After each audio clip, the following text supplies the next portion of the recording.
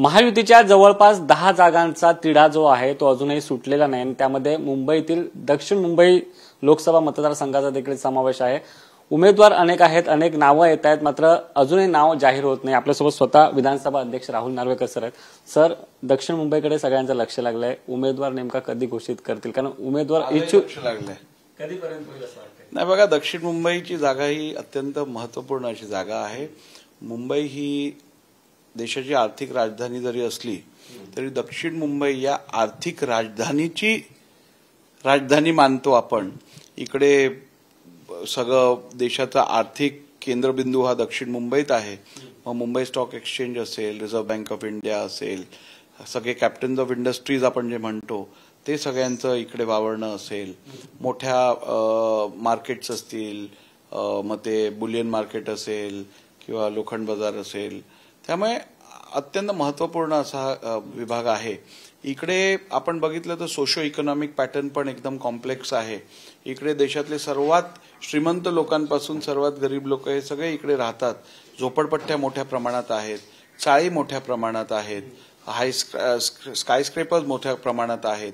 इकडे religion composition जर आपण बघितलं तर इकडे 38% हिंदू आपलं मराठी मतदार आहे, 22% मुस्लिम मतदार आहे, 30% उत्तर भारतीय मतदार आहे, 8-9% जैन मारवाडी मतदार आहे, 6% साधारण संघात दिसून येतं।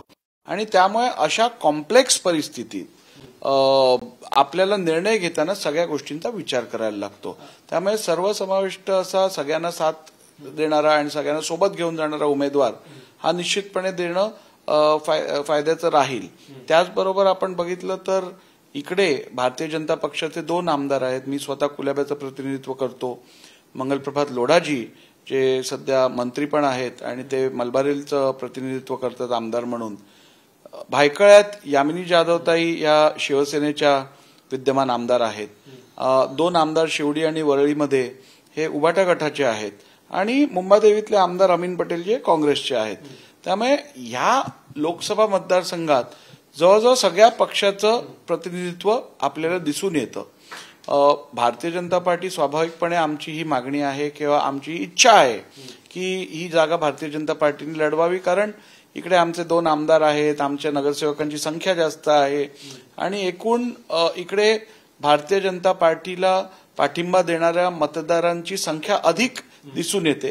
त्यामुळे स्वाभाविकपणे कार्यकर्त्यांची ही इच्छा आहे की इकडे भारतीय जनता पार्टीने ही निवडणूक लढवावी, परंतु तसं असतानाही युतीत आम्ही ही निवडणूक लढवत आहोत। त्यामुळे युतीचे नेते जो निर्णय घेतील आणि निर्णय घेत असताना त्यांच्यासमोर अनेक क्रायटेरिया असतील, त्या सगळ्याचा विचार करून जो योग्य निर्णय ते घेतील तो भारतीय जनता पार्टीचा प्रत्येक कार्यकर्ता स्वीकारेल आणि निश्चितपणे महायुतीचा उमेदवार इकडनं निवडून येईल असं कार्य आम्ही करू। सर, तुम्ही म्हणताय महायुतीचा उमेदवार निवडून येईल, मात्र मागील महिन्याभरापासून तुम्ही स्वतः प्रचाराला लागलाय। तुम्ही अनेक भागांमध्ये भेटी देतात, वरळी, शिवडी असेल, लालबाग परळ असेल, या भागात तुम्ही भेटीगाठी देता। तुम्हाला काही संकेत दिलेत पार्टीकडून की? मला पार्टीने एवढंच सांगितलेलं आहे, नेते मंडळींनी एवढंच सांगितलंय की दक्षिण मुंबईची जागा आपल्याला निवडून आणायची आहे। महायुतीचा उमेदवार इकडनं निवडून यायला पाहिजे। मी गेले 2-3 महिने जो प्रचार करत आहे किंवा मतदारसंघात फिरत आहे तो ह्याच दृष्टिकोनातून की इकडनं महायुतीचा उमेदवार निवडून यायला पाहिजे। व्यक्ती महत्वाची नाहीये, इकडे महायुती महत्वाची आहे आणि त्यामुळे उमेदवार कोणीही असो निश्चितपणे मी त्याचं काम मनापासून करीन। सर, महायुतीमध्ये एक नवा सोबती आता तुमच्यासोबत आला आणि तुमचा जर लोकसभा मतदारसंघ पाहिला तर मराठी टक्का देखील तितकाच महत्वाचा आहे। मनसेची साथ किती मिळेल, मनसेचा फायदा किती होईल असं तुम्हाला वाटतं? महाराष्ट्र नवनिर्माण सेना या पक्षाचं प्राबल्य किंवा या पक्षाचं काम हे मुंबईत आणि महाराष्ट्रात दिसून येतं। त्यांचं प्राबल्य आहे या राज्यात आणि या शहरात। असं असताना महाराष्ट्र नवनिर्माण सेनेने आदरणीय नरेंद्र मोदीजी यांच्या नेतृत्वावर विश्वास ठेवत राजसाहेब ठाकरेंनी जो बिनशर्त पाठिंबा दिला आहे त्यामुळे निश्चितपणे महायुतीचा फायदाच होणार आहे, त्यांची ताकद वाढणार आहे आणि मुंबईतल्या 6च्या 6 जागा आणि महाराष्ट्रात किमान 45 जागा निवडून आणायचा जे संकल्प आम्ही ठेवलेला आहे, ध्येय आम्ही जे ठेवलेलं आहे ते गाठण्यासाठी आता अधिक सोपं होईल. सर, उभाटा गटाने त्यांचा उमेदवार जाहीर केलेला आहे. अरविंद सावंत निवडणुकीच्या रिंगणात उतरलेत. मात्र ते म्हणतात की महायुतीचा अजून उमेदवार ठरत नाही, कुठेतरी महायुती आता कन्फ्यूज आहे. कसं आहे, ज्या वेळेला आपल्याकडे चॉईस नसतो त्यावेळेला आपण पटकन निर्णय घेऊन टाकतो. तसंच उभाटा गटाकडे चॉईसच नाहीये काय, त्यामुळे त्यांनी अरविंद सावंतांना परत उमेदवारी दिली आहे. पण आमच्याकडे चॉईस आहे. आमच्याकडे प्रभावी उमेदवार 3-4 आहेत. त्यामुळे निर्णय घेत असताना निश्चितपणे आम्ही आमच्या मधले जे सगळे प्रभावी उमेदवार आहेत त्यांच्यापैकी सर्वात प्रभावशाली जो असेल त्याची चॉईस करू. आणि ते करत असताना वेळ लागतो.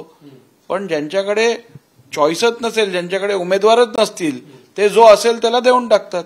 आणि ज्याला तुम्ही उमेदवार केला आहे त्या उमेदवारांनी 10 वर्षात किती वेळा लोकांचा आपला चेहरा दाखवला निवडून आल्यानंतर, हे दक्षिण मुंबईतल्या कोपऱ्या कोपऱ्यात त्याची चर्चा आहे.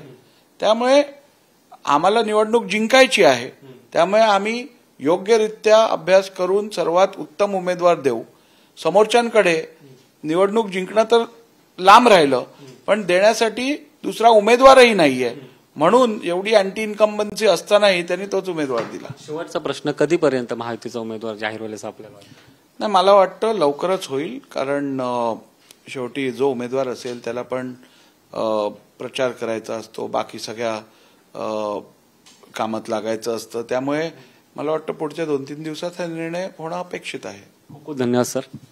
आपल्यासोबत स्वतः राहुल नार्वेकर होते. ते म्हणाले आमचा उमेदवार येत्या 2-3 दिवसात जाहीर होईल. मात्र दुसरीकडे उद्धव ठाकरे गटाकडे चॉईस नसल्यामुळे त्यांनी त्यांचा उमेदवार लवकर जाहीर केलेला आहे. कॅमेरा पर्सन दीपेश महाजनसह सुशांत सावंत, एबीपी माझा, मुंबई. एबीपी माझा, उघडा डोळे बघा नीट.